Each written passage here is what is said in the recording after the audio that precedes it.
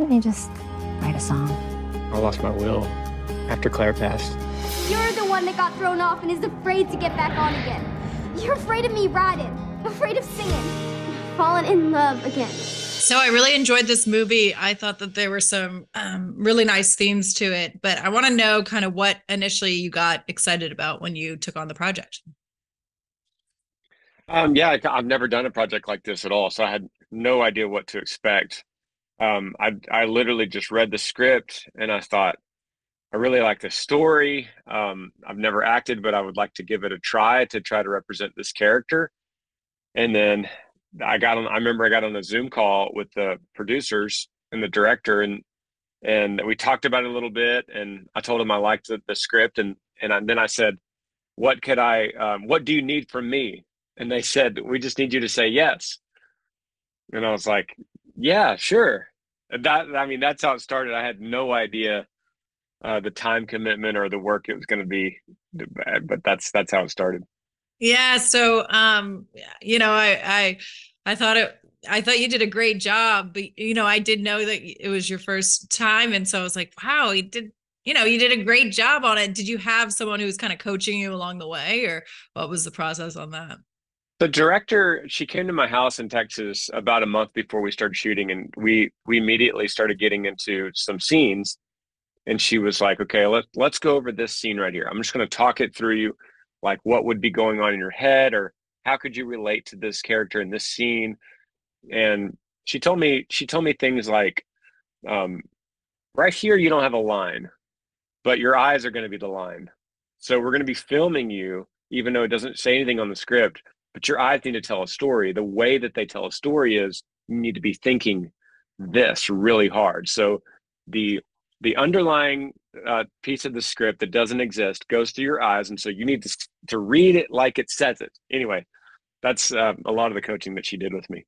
Which might have been a little bit different for you because, used to performing, you kind of sometimes like when you're performing, you kind of have to be big and large and, have yeah. So yeah, for sure. That's interesting. And so, I thought I wanted to also know, like, what was the process on the music? Because I know you had a lot of input on that. So what was that is that something that you said was really important to you in the beginning, or what was the process on that? Yeah, for sure. When I took the role, I read the script, and at the end, my character writes this song. It's called Forever Forward. And so that's a big deal to me. Like I remember thinking, what is that song, and will I even like performing it, or does it suck, or what is it, So I emailed her or texted her, the director, and I said, can you send me that song so I could start learning it?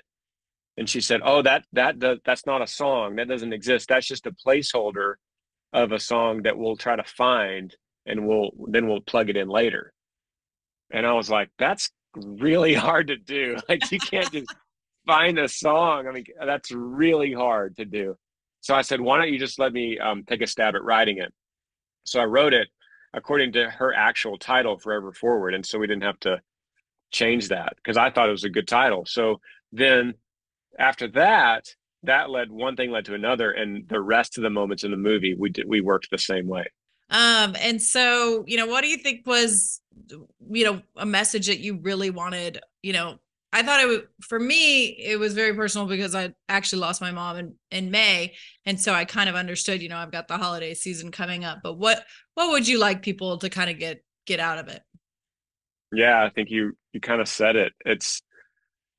It's a reminder that for all of us, whatever situation we're in, the holidays are coming, and most people in movies and radio and TV and social media is all going to show the holidays as a time for family to be together, and we're all eating together, and we're sharing memories, and what's your favorite tradition, and what is your favorite dish that your parents cook, and then there's a lot of people that's kind of the silent majority really that are like, you know what, I don't want to celebrate Christmas. Yeah, I'm ready for January, because as long as Christmas is coming, it's just going to remind me of that empty chair at the table. And I would kind of just prefer to not to think about it at all. But then we're just overwhelmed by the American culture that says celebrate, celebrate, celebrate, you know, the greatest time of the year, the most magical time of the year. And so many people are like, man, this is like the worst time of the year for me right now. And I think this movie, what I hope is this movie shows people, first of all, that you're not alone if you're dealing with an empty chair at the table, because a lot of people are. And if they're not, they will be. That's just a part of life. You will be.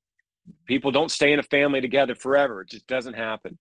So then secondly, that there is a way forward through that, that joy does exist after that, that Christmas is a magical time in the future, even though it's not this year, maybe not next year, but there is a time when you'll actually love the holiday again.